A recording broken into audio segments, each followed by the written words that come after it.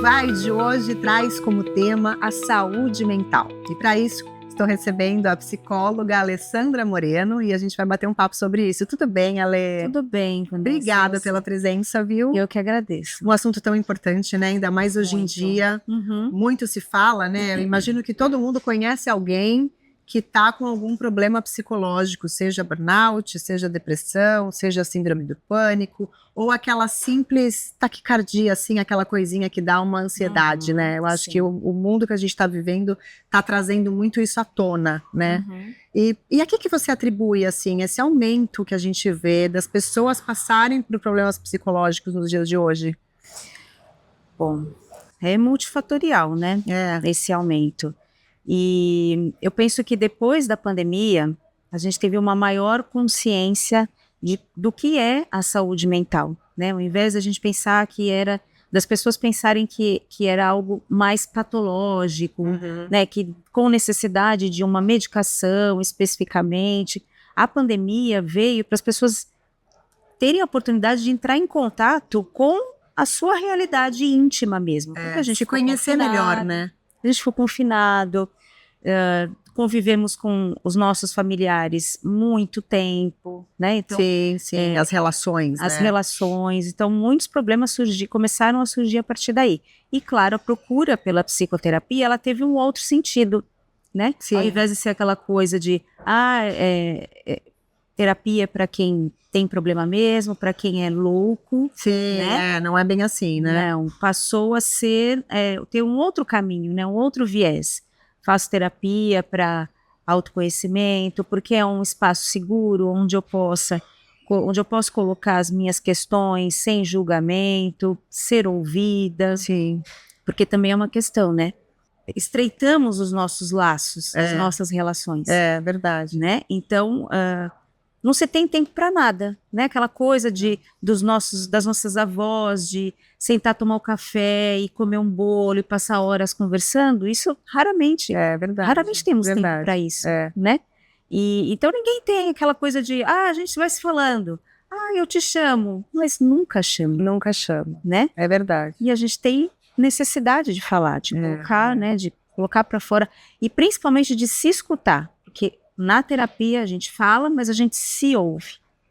E nesse se ouvir, né, muitos significados passam interessante a ser isso, porque não basta pensar, né? Você externando em palavras, você acaba se ouvindo também, Sabe né? aquela coisa de, nossa, você está falando isso e só agora que eu pensei nisso? Sim. Então, isso é o que acontece muito na terapia. E você está falando isso da vida agitada, dessa coisa de não parar para tomar um cafezinho, de conversar com calma. Pura verdade, né? Todo mundo deve ter um amigo que você fala assim, vamos combinar um café? Vamos. Não sai daquilo, né? As amizades são pela rede social, pela internet. Sim. E até que ponto você vê que a internet, que claro, trouxe muitos benefícios, mas até que ponto trouxe também problemas e aumento de problemas psicológicos? As redes sociais, né?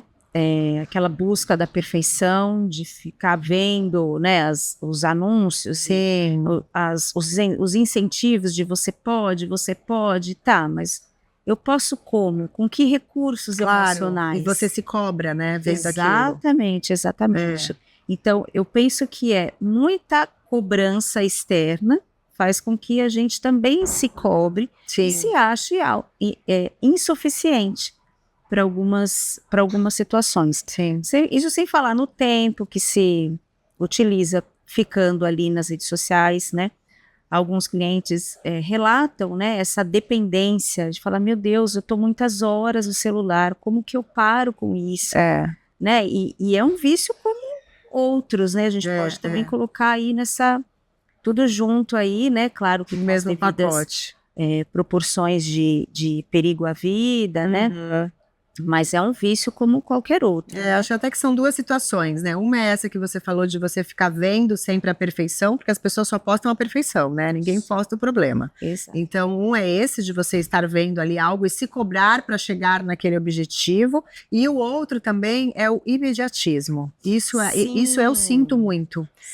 O WhatsApp facilita muito a nossa vida, mas também traz uma coisa, assim, você tem que responder, a mensagem chega, você tem que resolver, coisas que antigamente, quando não tinha celular, era um telefone fixo que você atendia, ou era um e-mail que você ia abrir depois, mas assim, é uma coisa que a gente acaba ficando com uma ansiedade de responder, de ser mais imediatista, né? Trouxe isso também. Trouxe. A tecnologia. Duas situações agora que você falou sobre isso, né? Uma, essa questão do imediatismo, ela é muito marcante com os jovens, com os adolescentes, sim, né? Sim. Que eles não querem esperar para nada.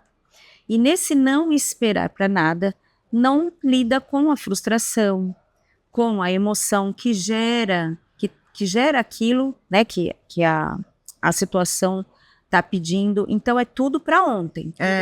Exatamente. Para ontem, né? E a outra situação é o entendimento do outro, daquilo que a gente escreve no WhatsApp. Muitos conflitos são gerados por conta dessa falta de diálogo, dessa falta de comunicação. Você acaba sendo interpretado errado, muitas vezes, né? Na forma que você escreve. Sim, e não tem o olho no olho, não tem o tom de voz. Né? Então, existem muitos ruídos nessa comunicação do WhatsApp. E como identificar, Lê, quando a pessoa, até um familiar nosso, para a gente prestar atenção, quando é apenas uma tristeza, que é comum também, todos nós estamos sujeitos a ter aquele dia que a gente está um pouco mais triste, introspectivo, mas quando distinguir uma diferença entre uma tristeza e um quadro depressivo, realmente? Na gente mesmo e até nos próximos, né? Em pais, filhos, enfim. Tá, vamos lá. A tristeza, como você bem falou, é algo comum, né? Nem sempre a gente está bem. E isso pode durar por algum tempo, por poucos dias, né? Quando isso começa a perdurar por mais tempo e junto vem outras emoções, pode ser um choro, pode ser uma agressividade, pode ser uma impaciência, né? Porque existem vários sintomas da depressão que a gente pode entender como um estado de alerta, que não é só o choro, aquela pessoa que fica prostrada, aquela pessoa que se ocupa também o tempo inteiro, né, e que se torna uma pessoa mais impaciente, também a gente pode entender hoje como um quadro depressivo. Só que são os depressivos atípicos. Sim. Então, ficar atento nessas oscilações de humor, isso é muito importante, né? Perceber se é algo orgânico, né? Eu tô, por exemplo, as mulheres, né? No período, no ciclo menstrual ou na fase do climatério, os hormônios também, né? Que acabam contribuindo, né? Isso, na fase do climatério. Então, entender o que está se passando para perceber, opa, isso está demais. Sim. Eu acho que isso não está bom, né? Claro que se aconteceu alguma coisa anterior ou há pouco tempo, como por exemplo uma situação de luto, seja ele qual for, luto de um ente querido, de um amigo, ou perda do emprego, né? Agora, se você não identifica um cenário por trás, que a gente vou falar de um pano de fundo, né? Então isso é algo para prestar mais atenção e procurar ajuda. Mas mesmo pós esse luto, a pessoa pode ter um quadro depressivo. Pode não ser só a tristeza realmente do luto, pode desenvolver um quadro depressivo, né? Pode desenvolver, sim. Pode ser um processo, né, dentro desse processo de luto, e aí é interessante que a pessoa tenha realmente um acompanhamento, porque o luto não tem um tempo, né? Cada pessoa reage de um jeito, de uma forma. A gente identificar qual é o significado daquela perda. Né? De repente, uma pessoa que passou muitos anos numa função, perde aquilo, né? Ela não perdeu só aquilo, né? Ela perdeu tudo aquilo que aquilo significava na vida dela, né? E parte para outras relações, como era isso nas relações familiares dela. Também tem a questão financeira. Então, você vê, mexe com tudo. Né? Então, dá aquela balançada, né? E pode desencadear, sim, em pessoas que têm uma predisposição, né? Que têm também um histórico, ou pessoas que chegam numa fase em que realmente precisa parar para olhar para suas emoções. Né? Né? A depressão é genética, não? E como fazer a gente mesma ou os outros entenderem que é a hora de procurar ajuda? Porque eu acho que é difícil, né? Esse momento, atravessar essa margem, né? De, poxa, eu tô sentindo isso, tô consciente de que eu tô sentindo isso, mas eu não quero ajuda, eu não quero falar da minha vida, eu não quero passar por uma sessão de terapia. Como fazer a pessoa entender que realmente é necessário? Ai, isso É difícil, né? É difícil. Quando você me fez essa pergunta, a primeira coisa que me veio à cabeça foi contar com a rede de apoio, que são os familiares, né, os amigos, de perceber que aquela pessoa precisa de ajuda mesmo e incentivar. Sim. A segunda coisa que me vem, assim, que é o que eu costumo fazer nos meus atendimentos, às vezes as pessoas chegam e falam, eu vim porque fulano me pediu, porque o médico me indicou. Tipo, eu acho que eu não tenho nada, mas é que me falaram que eu tenho que vir, então mas eu não né? quero, e aí eu falo, então vamos experimentar. Eu convido para experimentar. E aí a pessoa vai, tá bom, né? Vou experimentar, já que eu tenho que fazer. E aí vai vendo que a psicoterapia não é falar algo para uma pessoa que nunca te conheceu.